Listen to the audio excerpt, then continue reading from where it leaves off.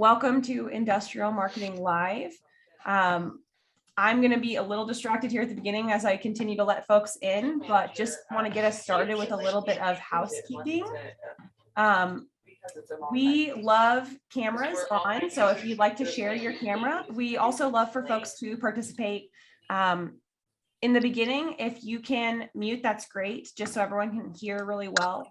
But if you'd like to come on the stage, talk with us about any specific things that are going on with your business, what marketing you're dealing with, we'd love to do that too. We also love the chat. So please do post any questions you've got there in the chat as we go through the conversation today, and we'll be sure to answer your questions that come in there. And that's really it. This space, IML, is meant to be one of collaboration, one of workshopping, one of learning and improvement. We just want to be better marketers. There's always something changing in this space, and we all know it, right? So today what we're going to be talking about is sales enablement. I feel like this is a huge topic, a contentious topic, and we've got a great team here of in-house marketers that are now gorillas to talk with us about it.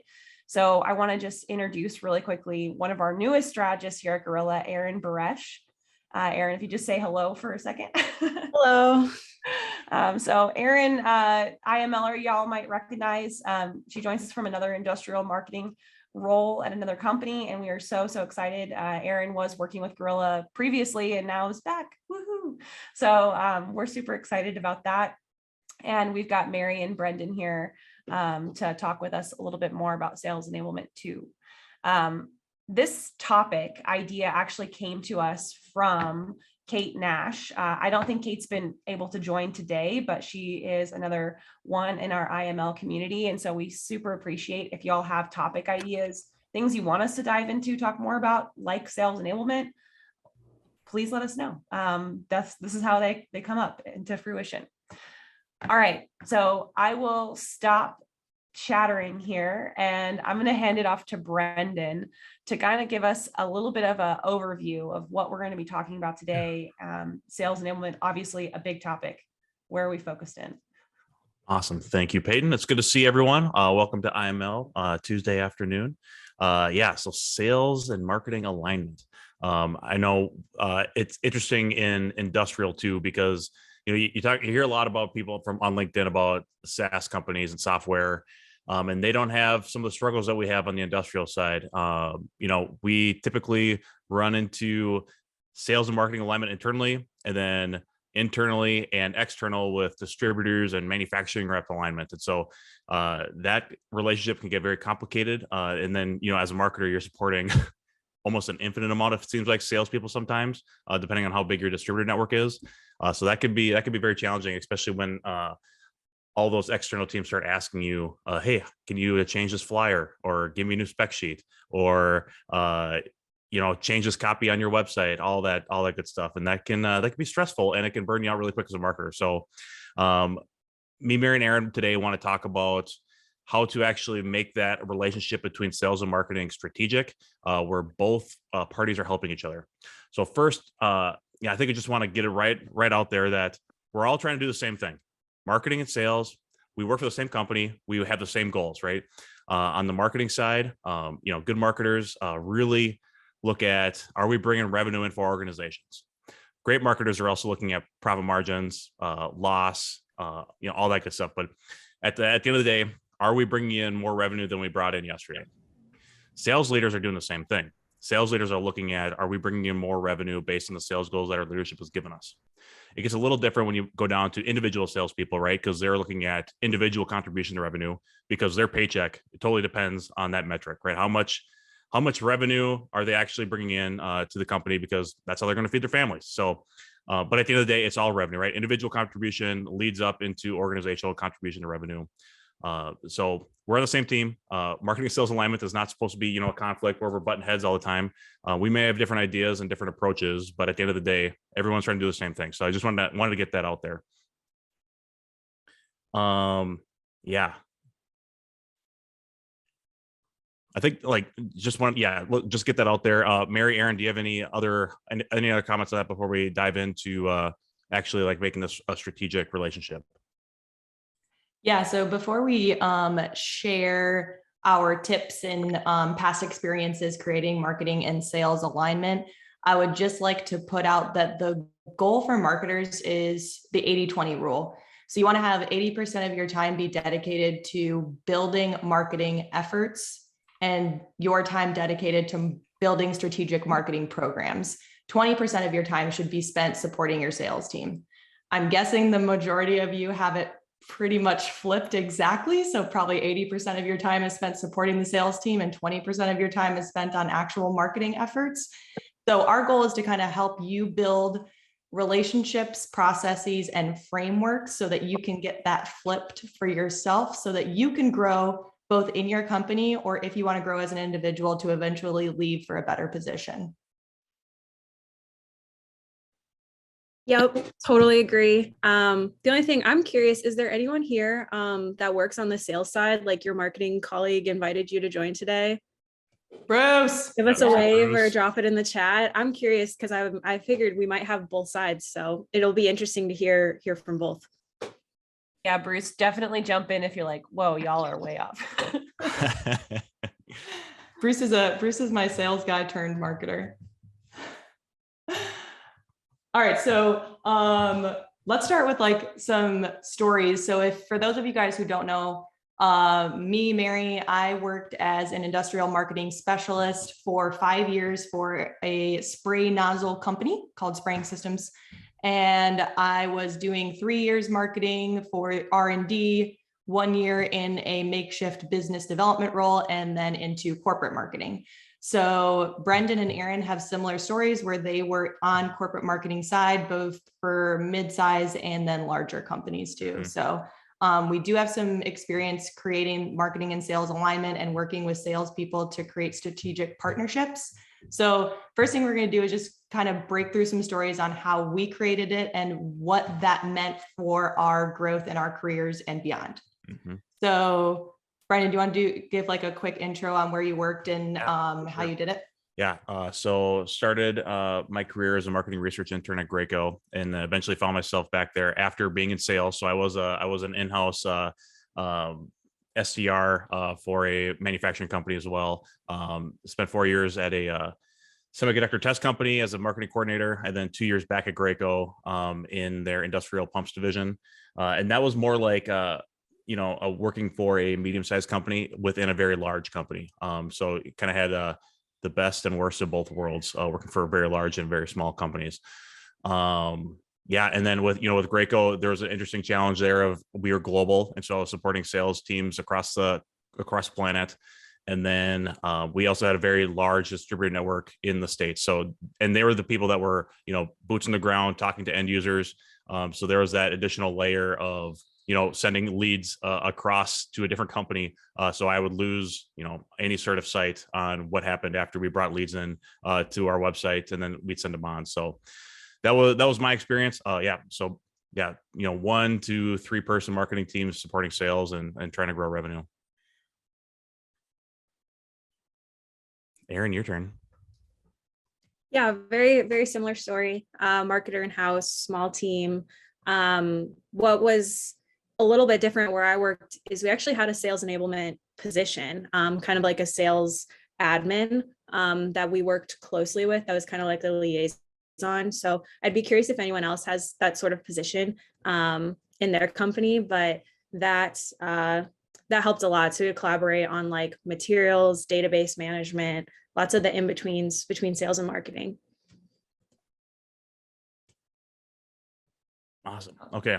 So when we start talking about like going after revenue, right? So your pipeline success, it totally is reliant on a really strong alignment between marketing and sales, then also having a really good handoff of contacts from marketing to sales. And this needs to be very strategic. We're not going to talk about like very in depth on the CRM and handing contacts off for marketing and sales in the CRM. I think we have that scheduled on August 25th. So put that in your calendars because we're diving into CRMs then on that IML. But so right now we just want to go into like, how can marketing actually strategically enable sales without marketing getting too in the weeds on just creating flyers and brochures ad nauseum. So I'll go first. So when I was at Graco, to support our global and distributor teams and also my internal sales team, we created a lot of content and collateral. So, brochures, flyers, demo videos, informational videos, the whole sales decks, the whole gamut of content that you create. We created a lot of stuff. And then we had this basically like an external digital asset management system. And me and my team would just like organize files and making sure it was really easy for people to find in the right places, so like every content that was related to X product was in the right spot. All the Y content was in the right spot and it was all connected. It was all tagged. That's a very expensive system. So I had a lot of SKUs and I had a lot of content. So we needed a more robust system to deal with that. But, as you get lower, like, even just having like a Dropbox that's easy for a sales team to access while they're remote, get it out of your intranet, and get it into a place where people can actually access it when they're on the road. Another thing that you can do. So on our website, I created a page that was just for my sales and distributor support. So it was not navigable like Google or by search, and not navigable, if you landed on Graco.com, you had to go to the specific URL. And that's where I put all of my like high level flyers and brochures and like sales territory maps, like any like collateral things I created, I put on that website with a link. So if they couldn't get to it in our little DAM area, they could at least get to it on the specific sales support page that I created. So it was all like, I felt like the best thing I could do was, outside of creating content for the team, was like just making things really easy to find and not complicated, right? So like if they were in a call, they could find something within minutes and deliver it to the client so that they can actually make a sale. Nice. Do you feel like sometimes you were just making, because you said like ad nauseum, right? Like too many brochures, like, I guess, did you have like a limit or like a rule of thumb? Like when did you say like no more brochures, sales team? Yeah. Or like, I guess, how did you have that conversation with them? Okay. Yeah, so that's a good question, Peyton. I didn't really have a limit. I think it was more determined by, so first off, like, is the thing that you're asking me to create, is it going to be for a product line that actually is making us money and is driving revenue? Or is it for like, is it going to be like a one-off, like customized thing? Because that was my thing, is I just didn't want to get into like creating custom flyers and brochures for a specific customer, right? So I wanted to be a little higher level and give the sales team content that they can use to create their own like personalized decks. I don't like, because that to me is like getting way too in the weeds. Is for marketing to start like, we have Acme company that, they have this very specific customer with this very specific request. Can you talk about our products specifically to that customer? And I didn't want to get into that game, because then that turns into, well, you have to do it for everyone. And then I have to do it for distributors. And that I didn't have the time as a one-person marketing team, while also trying to do the 80 or the creating demand piece that Mary's talking about, being a strategic marketer. I just didn't have time to do that. So I created content for my product overview level, and multiple pieces, a flyer, a brochure, videos. And I did a couple application pieces, like specifically for mining or oil and gas or paint. I created specific pieces of content for those.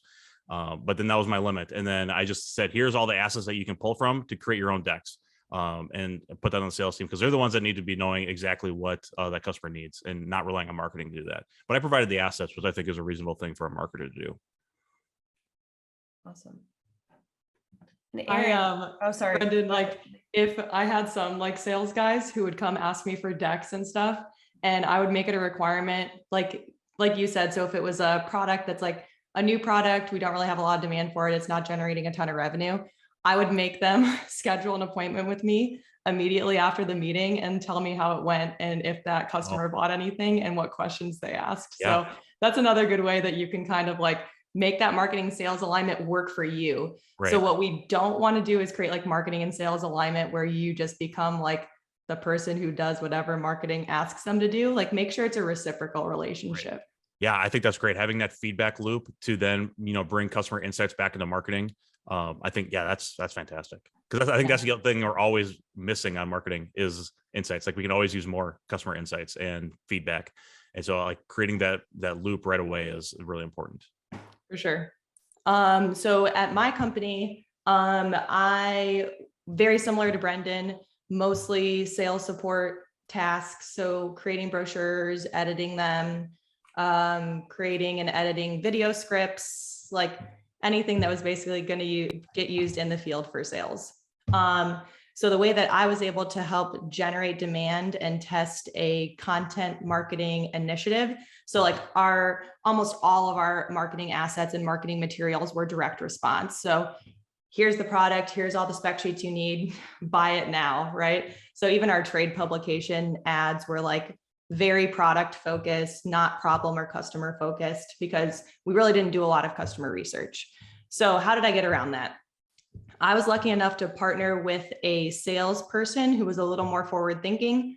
And he let me ghostwrite for his LinkedIn page, so his personal page. And he said, post whatever you want, test whatever concepts you want. He had grown a network before that because he was in sales for a few other companies before he came to ours. So he had like a 20K network on LinkedIn. So he was like, I want you to just post whatever you want and see what happens. So started posting, we posted for about 6 months and got a ton of interest. Everybody on like corporate leadership team was starting to notice. We were able to start a webinar program from that. From there, we were able to create micro content. And that's honestly how I got my promotion to corporate marketing. So I was still doing this when I was on the R&D side. So if you are able to find that strategic sales partnership, it can be so important for testing a marketing initiative you want to see forward. So mine was content marketing, and it can help you grow in your career. So because of what we were doing and the interest that we were able to generate over time, so it did take 6 months for us to really see like some fruit from those labors. That's how I was able to grow in my career too.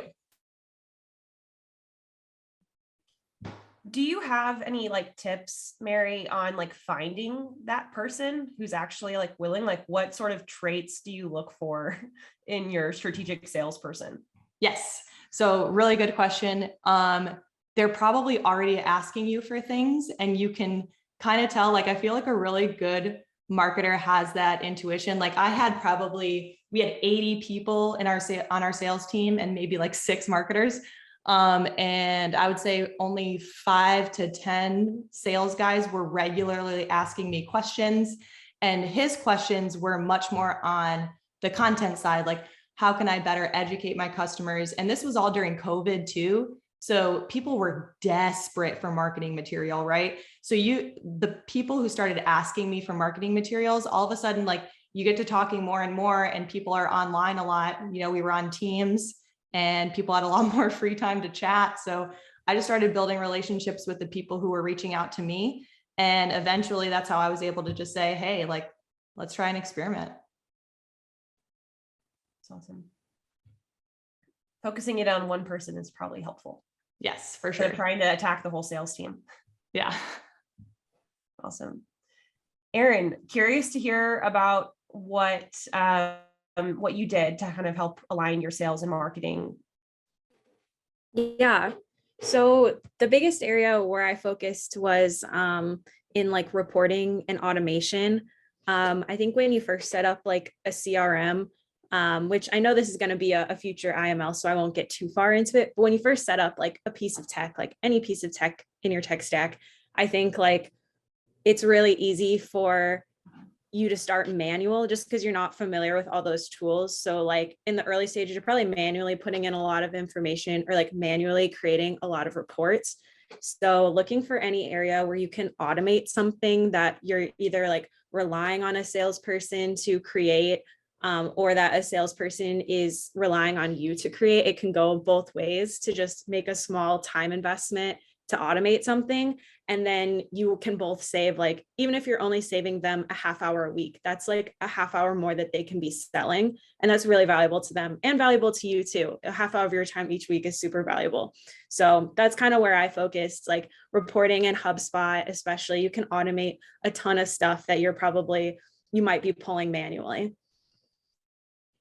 Like what sort of things did you automate? Just like reports going out or like workflow creation sort of things?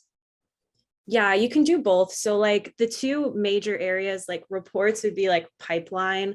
So if they were curious, like anything that comes in from a digital source on HubSpot, like you can automatically assign properties or like labels to it based on how it came in. I don't want to get like too in the weeds, but like lead source pipeline type reports.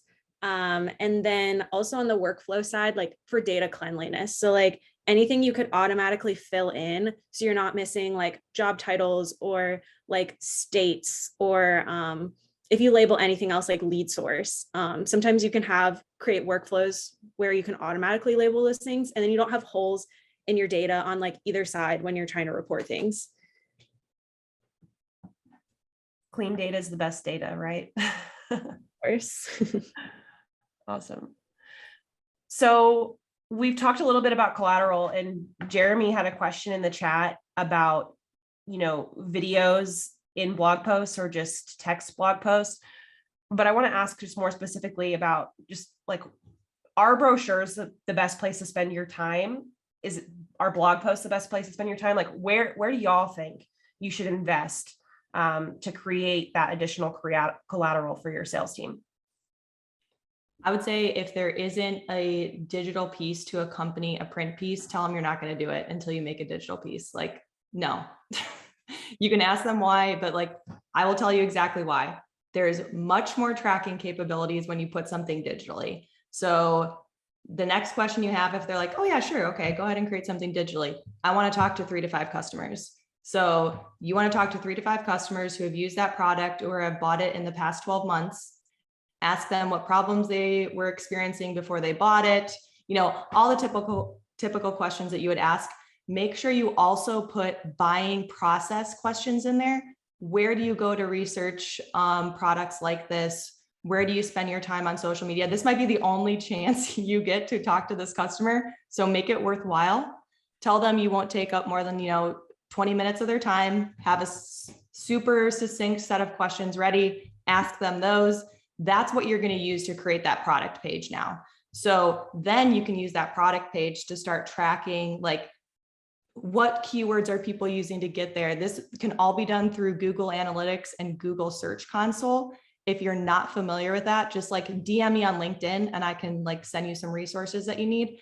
But you have to do it digitally, because that's how you're going to track, are people interested in this? What are they using to find you? What are they using to find this product page?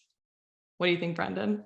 Yeah, I think that is super important. To me, in my mind, like brochures and flyers are just a analog extension of your website now, right? Like your website should be the hub of all your marketing activities, and you want to have like your product page should have technical information, like have your charts and spreadsheets on there, but it should also talk about like this is the the problem that this product solves, and this is the result that your end user can get from this from using this product. Here's like 3 to 5 features that really set this product apart from others in the marketplace. Maybe don't list all 30 features. We know your product does a lot of things, but let's talk about the 3 things that are very unique about your product that actually drive value for your customers. Then those are the pieces that you bring and pull onto your brochures. The other thing I'll say on brochures is almost all of our brochures are way too long. I remember working on brochures that are 8, 10, 12 pages long. Like who's reading that? That's just a piece of collateral that's going to gather dust, right? Like I want to hand my sales team a front and back flyer that's got a really nice picture on it. This is what this product looks like. And then, on the back side, I talk about the values and the features that this product has. And that's it. Like I'm not putting, unless you have a really good case for it, I'm not trying to put a bunch of tech specs on there, because it also is dependent on the application the customer is using the product for. That was at least my experience. So I would really make the flyer like, let's talk about the pain points, the problems, the solutions, and the results that this product brings. On your flyer, put a QR code back to your product page on the website. And then on the website, put more content, right? So like any sort of product demos you have, that's the one thing that always sells things, right? Is demo videos and in-person demos. A lot of us can't do that though, because our products are way too big to demo in person. So let's create some digital product demos, put those on your product page. And that way your customer can actually get more information when they go to your product page. And then that's where you can link them back to your spec sheets and your, all your technical information so that they can actually make a good decision. They're not going to make the decision sitting there in a sales call with your salesperson, that first call, probably, right? We need to like, it's just like when we're talking about creating demand, like you're not going to probably get someone to Google search you for your specific solution and then buy that day. No, they're going to go to your landing page and then go to the rest of your website and then look at all your content. So you brought up another good one, Brendan. I thought of like your long one. Install Lucky Orange, or what's the other heat map software that Hotjar, yeah. Install Lucky Orange or Hotjar today. That's something you can do right now. It's free for like 3 or 5 pages or something. You can see a heat map of your entire website. So let that thing collect data for 30 days, then analyze the heat map. So you can see everywhere someone who's landing on that page is clicking. You can see how far they scroll down. You can see that gives excellent insights on how people interact with your product page. Yeah, and after 6 months, if somebody doesn't click on an asset on your site, take it off. It's just taking up real estate on your website. So just take it off, right? If no one clicks on that video, obviously that's not providing value. So take that video off. Yes, Brittany, you can also watch them live. Kind of creepy, but a lot of what we do in marketing gets a little creepy these days. Awesome. Erin, do you have anything to add? Not a ton. I mean, Brendan and Mary are super smart and thorough. But I was going to say another area, like if you're trying to condense like what's in your brochure to make like a digital version of it, I found a lot of success in looking at form submissions on your website. So a lot of times, like if you're watching them regularly, you can kind of tell like this one's going to turn out to be a good lead, this one's not. And the good ones were almost always asking for very specific information. And so you can kind of learn over time, like these are like 5 high-level bullet points that people are asking in their form submissions. So they know they want to know it right off the bat. And so you can use that to pull out what's most important out of your brochure and kind of condense it to a web page or just like a quick video, like recording yourself or like a subject matter expert going through those bullet points. If you want to experiment with like different kinds of content too. And then also just like what customers are asking for. So this you won't find in sales submission in form submissions, but from your salespeople, like if they're always asking you for videos or if they're always asking you for like something else, usually it's like videos is what I find the most. But yeah, just looking for patterns too in requests and form submissions will help inform a lot how you can help sales better. So I think like the next question, we've been talking a lot about how marketing can help sales sell. The next question now is like, how can we make sure that sales is helping marketing market more effectively, right? So we've got Bruce on the call. Don't want to put you on the spot, Bruce, but if you've got any tips there, that's great. But yeah, I want to hear from the Gorilla team here. Like, what can you do? What questions can you ask? What can you ask of sales to make your life a little bit easier as a marketer?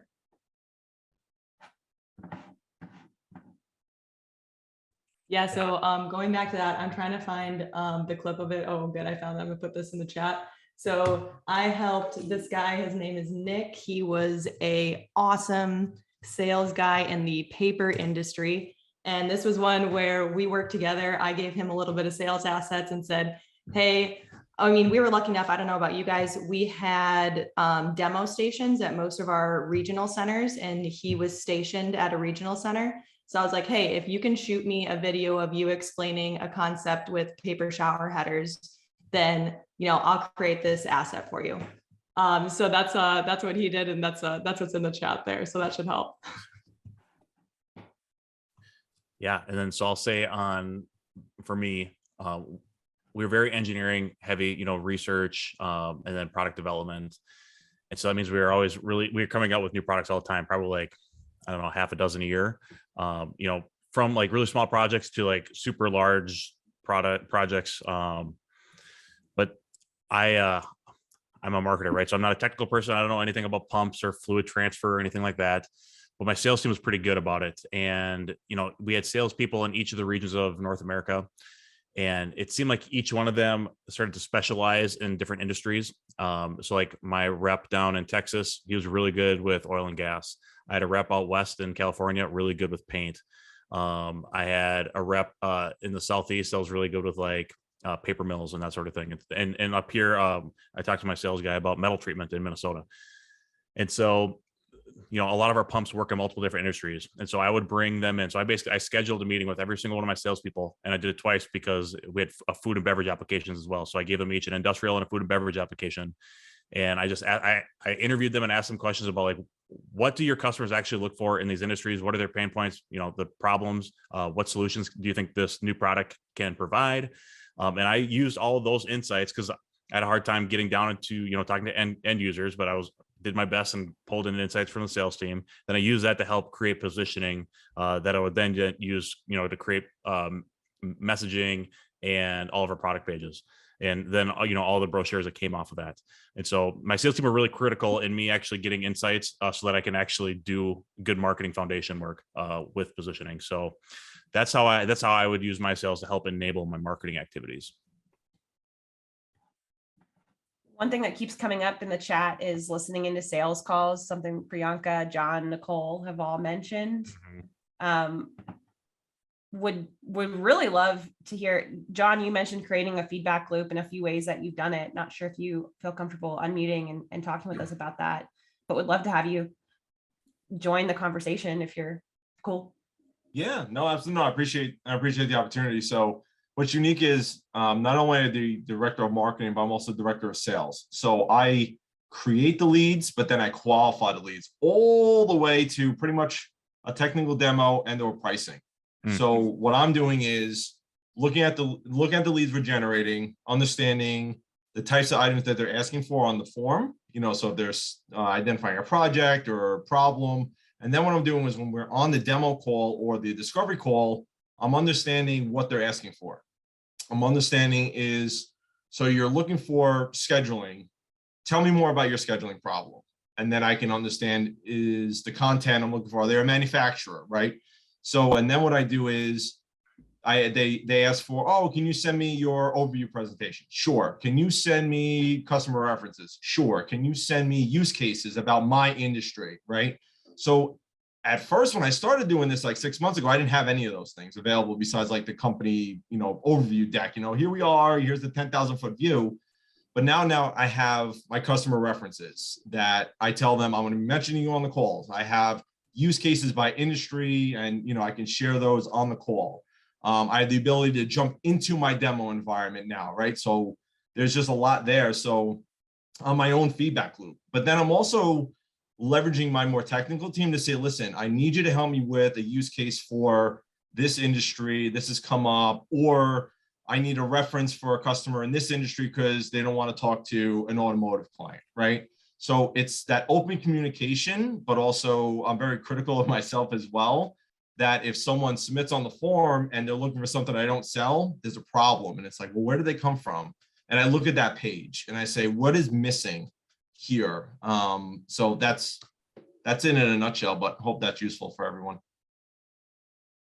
Yeah, super useful. Do you have like a regular cadence of meetings with your technical team, or is it just kind of like when you need something that you make that happen?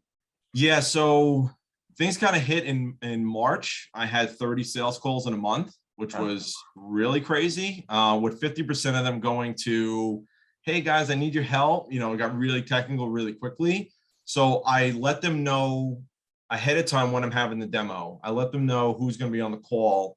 And then I create a video of myself afterwards, right? So after I get on the call, I say, okay, I met with Peyton, and Peyton this is her title. This is her company. Here's what she asked. Because when you're running all these calls, everyone blends together, right? And you're like, what did they say again? What system did they have? So I use video just like this to kind of create my own kind of recap. And I send that to the team and say, listen, here's what they wanted. Here are their gaps. Here's what they understand from our software. Not only that, here's what I'm going to need from you, right? They identified this. I couldn't go into it on the demo. I need you to set the software up and show it to them.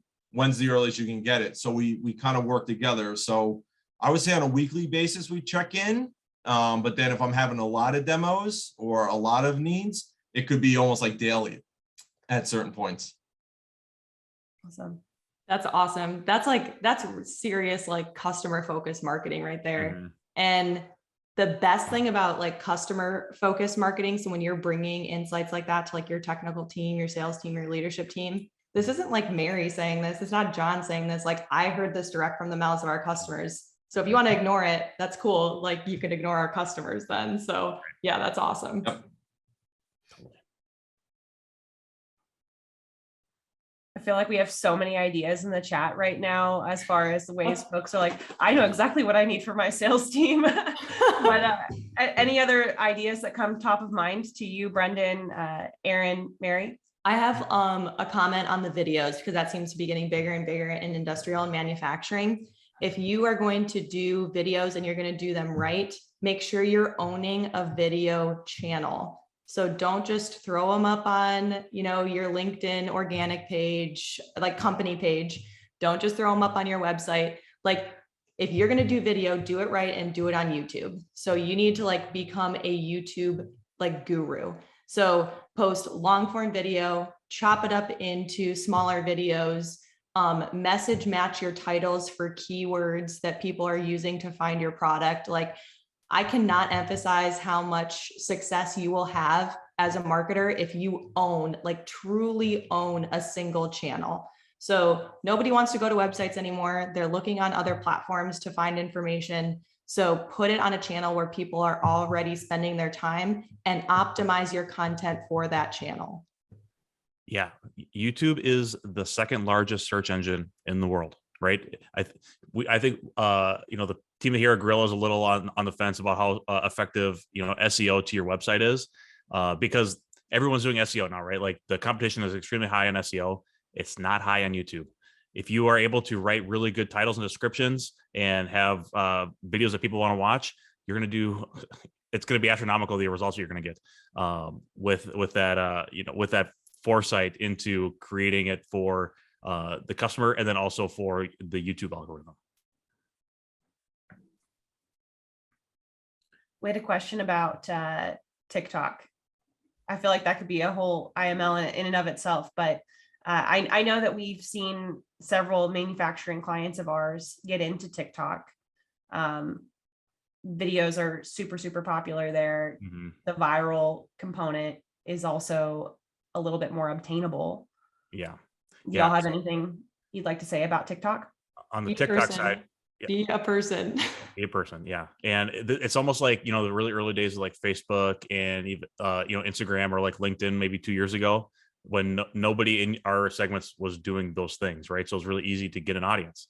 So TikTok's the same thing right now, and it's like almost instant virality. So I'd say like what Mary said, be a person, be consistent. You know, don't post a TikTok like once a quarter. Like that's a platform that, and LinkedIn's the same way. Like we see, like, you know, with organic posting, like be consistent, have a regular cadence, maybe once a week, twice a week, but just don't spread it out over, you know, once a quarter.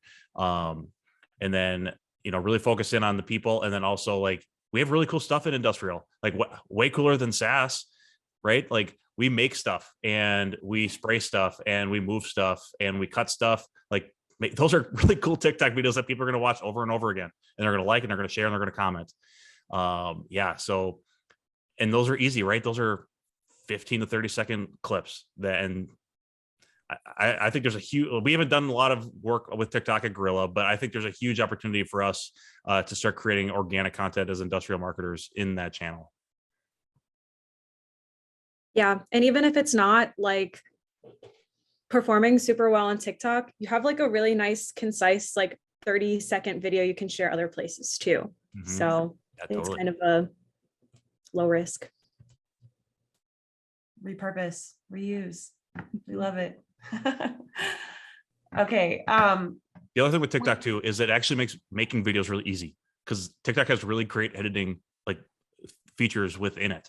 So it's really easy to actually create like nice looking videos without knowing how to make videos at all. Like I don't need to pull up Premiere Pro and make a TikTok. I could just do it on my phone.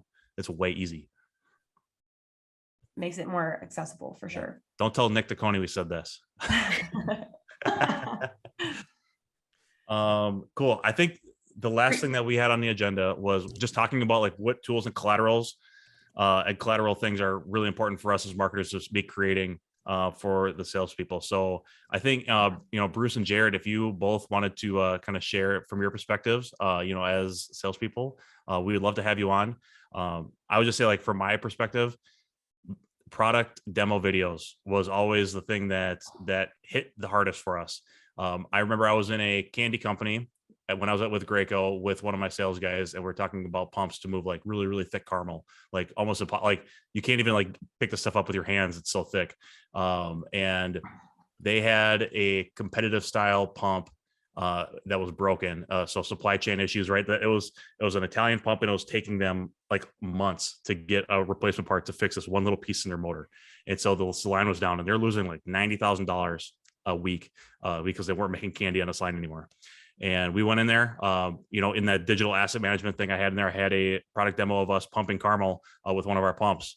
And we showed it to the client or to the customer, and he was like, "Oh my God, this is amazing." And then so we were able to get a demo in there really quickly and prove out that our product actually could help meet the challenges that they had without all of the, the crazy supply chain issues that he's currently facing, because we were right down the street from them in St. Paul. So those videos were always super important for us to convince people like our product's actually going to work in your application.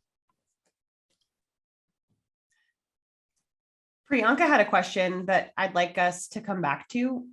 Priyanka, feel free to unmute if you'd like to. Your question was around reviewing sales data, and you've got a bunch of historic data. So you're wondering, like, what metrics are you really looking for? Where did you start when you just have this entire bank of data to look at? Yeah, so just to explain that a little bit, so we participated in a competition, and we won. We were placed at the second level. So we won funding, and we won grant for the company, and we pivoted our business during the pandemic. And we are at a stage where we have a lot of data. We spent a lot of time, money, effort on collecting data about users, their experiences, right from the first day itself, pretty much. And we have a lot of information, and it's a little bit, it could be like it is sort of a little bit over the place, like all over the place a little bit. So it's a little bit scattered. It's not like we kept testing and trying out things. So every time we tested, we tried something new. We went with something. We tried certain metrics. So our data is a little bit scattered while we were testing for so many days. So. But I think during the pandemic, a lot of me and my friends, we have been thinking of, actually we have set aside our last quarter to really look at all the past data, but it is so overwhelming. There is so much information, and there is so much good information, but we don't know where to start. We don't know what to focus on. And I'm sure everybody here does that. You take a look at your customers, your past customers, and what happened. And I'm just wondering if you guys have done that, and what were some of the first things that you looked at, or what was something interesting that you really focused on? For me personally, one breakthrough during the pandemic really broke us down emotionally. A lot of my friends also, in terms of emotional mindset, like being solopreneurs, we had a really tough time managing ourselves emotionally. And I think just reading our customer testimonials was a great way to just feel good about yourself and the contribution and the impact that you're making. So that was one good thing that really helped us come back to life again and enter the competition and win. So again, yes, so that's a little bit about our background till now. Awesome. Yeah, so is most of your data quantitative or qualitative then? So are you asking them like qualitative questions? Yes, qualitative and quantitative. Okay. We have both kind of data. Yes.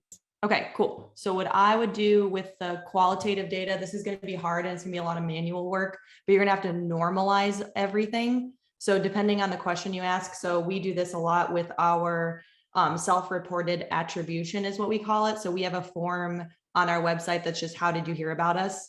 And it's a free text field, so people can put whatever they want in.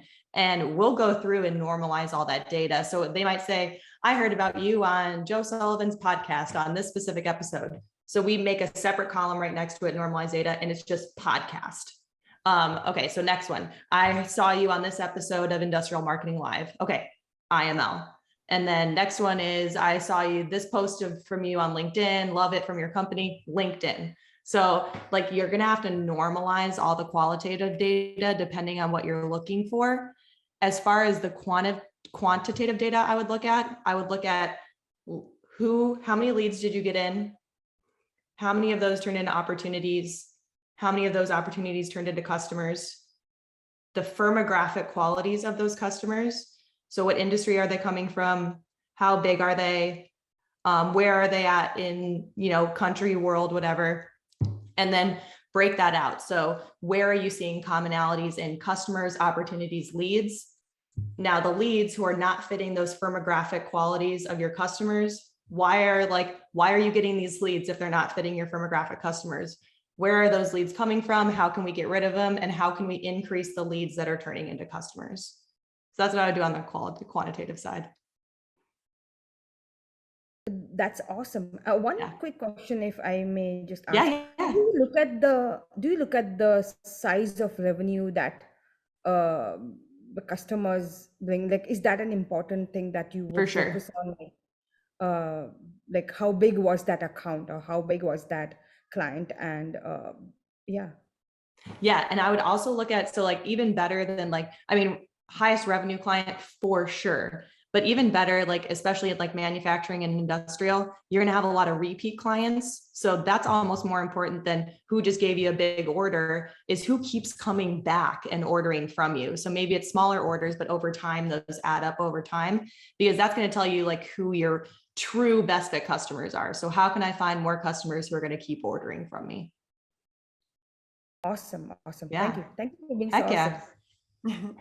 Thanks, Priyanka. Awesome. Well, I know that we're rounding out on time and there's some more questions in the chat. I don't know that we're going to be able to get to everything, but I do want to just say here at the end of the episode that we are planning to, so we will not have an IML on June 30th. Gorilla's on summer break, so we're all going to take a little break. But we will be back on July 12th with the next IML episode.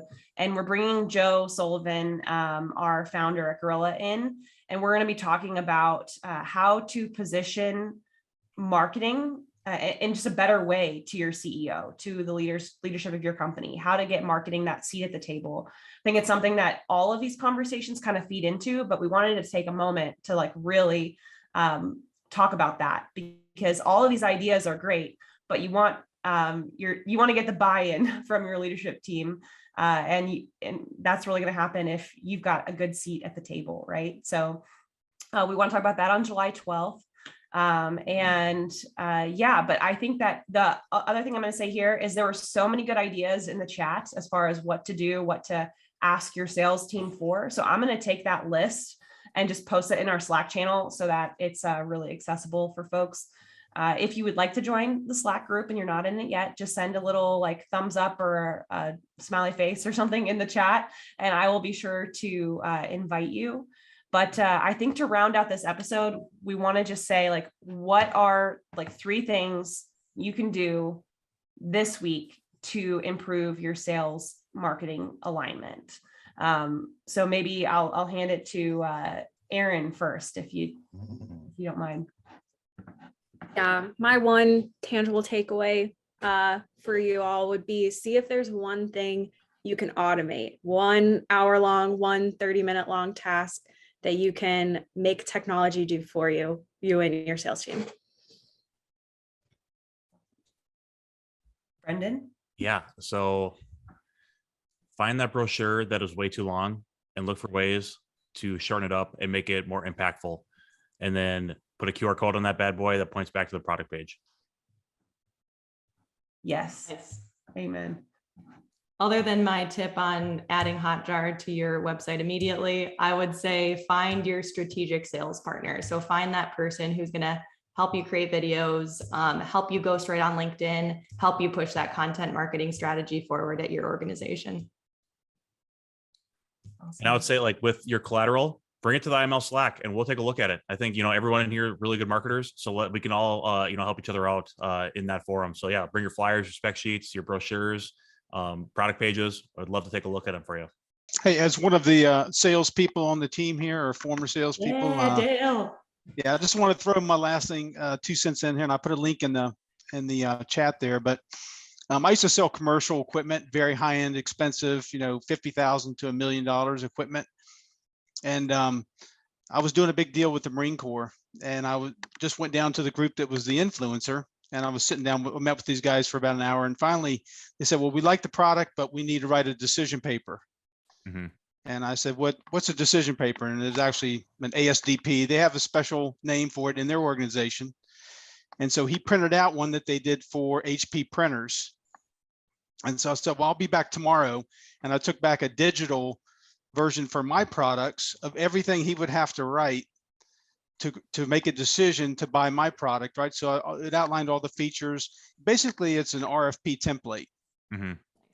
And it's not, so you're making it easy for the customer to buy, instead of, a lot of the discussion has been around content going toward the end user and having them formulate their internal processes and formulate, a decision within the organization.